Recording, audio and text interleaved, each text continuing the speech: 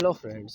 आज के इस वीडियो में बताऊंगा कि how to deal with toxic family, toxic relative, toxic लोगों से किस तरीके से हमें डील करना है। तो चलो वीडियो शुरू करते हैं।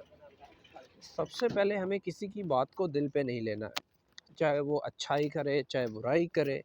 हम क्या करते हैं भाई कि अगर कोई हमारी अच्छाई करता है तो हम खुश हो जाते हैं, खुशी से उछलने लगते हैं, और जैसे ही कोई बुराई करता है दुखी हो जाते हैं। क्या करते हैं? दुखी हो जाते हैं, रोना शुरू कर देते हैं कि यार इसने मेरी बुराई कर दी। आपको कुछ नहीं करना भाई, ना अच्छाई को ज़्यादा सीरियस लेना है ना बुराई को।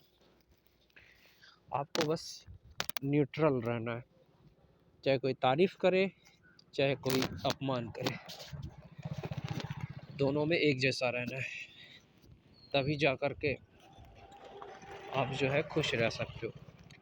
ये सोचो अगर कोई आपकी बुराई कर रहा है, जैसे कोई रिलेटिव है, रिश्तेदार है, वो आपकी बुराई कर रहा है कि अरे इसको तो ये भी नहीं आता, अरे ये तो बेवकूफ़ है, अरे इसे तो कुछ नहीं आता। इस तरह से अगर आपकी कोई बुराई कर रहा है, ये सोचो तो देखो वो चीज़ आपके अंदर अगर वो कमियां हैं तो उससे आप दूर करो। लेकिन लोगों का काम क्या है? आपकी कमियां निकालना।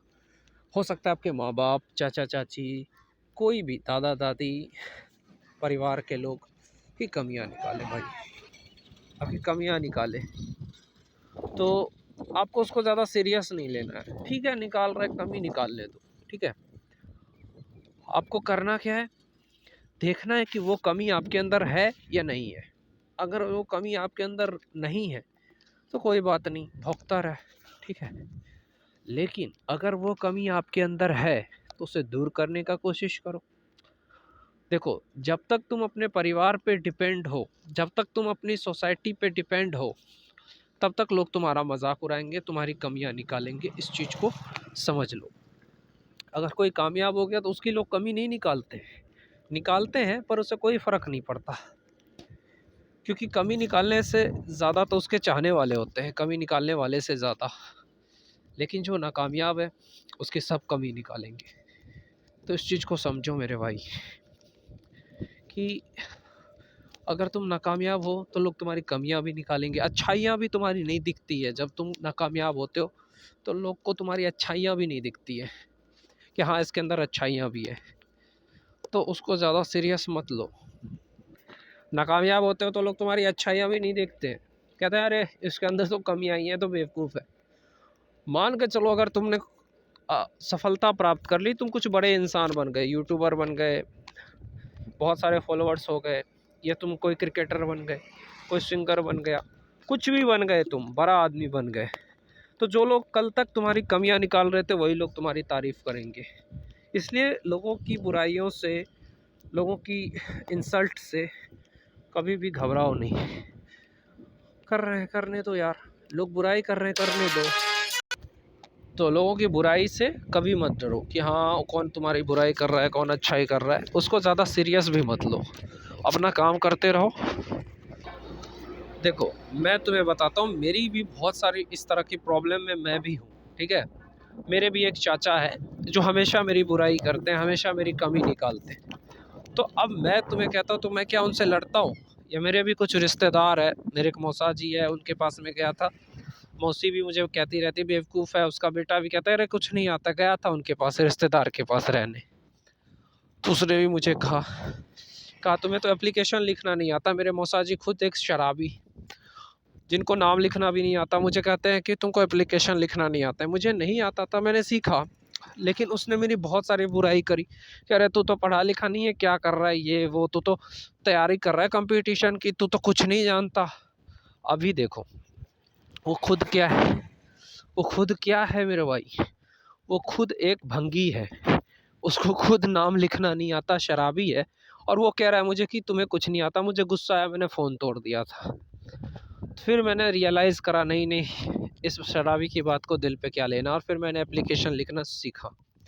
ऐसा ही मुझे कहा मेरे मौसी के बेटे ने कि तुम्हें खाना बनाना नहीं आता, तो मैंने सीखा, ठीक है। तो देखो, लोग जब बुराई करते हैं और वो बुराई अगर आपके अंदर है तो उससे सीखो, उससे दूर करो, ओके। कि हाँ इसने मेरी कमी निकाली, मुझे इसे दूर करना है। इसको सीरियस मत लो, ज़्यादा दिल पे मत लो। जब दिल पे लोगे ना तो वो लोग और ऐसा करेंगे। इसलिए उस चीज़ को ज़्यादा सीरियस नहीं लेना चाहिए। ऐसे ही मेरे चाचा मेरे हमेशा बुराई करते रहते हैं, तुम्हें ये नहीं आता वो नहीं आता। तो मैं क्या करता हूँ, अगर लगता है कि हाँ सीखना है तो सीख लेता हूँ उस चीज़ को यूट्यूब या गूगल से, क्योंकि वो तो एक उसका लेवल अलग ही है मेरे चाचा का। वो पता है अपने आप को बहुत बड़ा इंसान मानता है, भगवान मानता है वो अपने आप को, कहता है मुझे सब कुछ आता है। देखो यार, मैं तुम्हें कहना चाहता हूँ ऐसे इंसान से भी बच के रहो यार, ठीक है। मैंने क्या कहा, ऐसे इंसान से भी बच के रहो, क्योंकि ये लोग क्या होते हैं, कहते हैं कि मुझे खुद आता है, ये घमंड में रहते हैं, ज्ञान का घमंड, मुझे सब कुछ आता है। ऐसा कोई भी इंसान नहीं है इस दुनिया में जिसको सब कुछ आता होगा, ठीक है। क्योंकि सब कुछ सिर्फ भगवान को ही आ सकता है, इंसान को नहीं। लेकिन वो इंसान कहता है मुझे सब कुछ आता है, जबकि उसे कुछ पता ही नहीं है। देखो, अब इंजीनियरिंग में आता होगा, टेक्नोलॉजी में आता होगा, बट हाँ तो वो मेरी हर बात में कमियां निकालता है भाई। तो फिर भी मैं उसको डील करता हूँ, उसका काम ही यही है, क्योंकि उसका नेचर ऐसा है।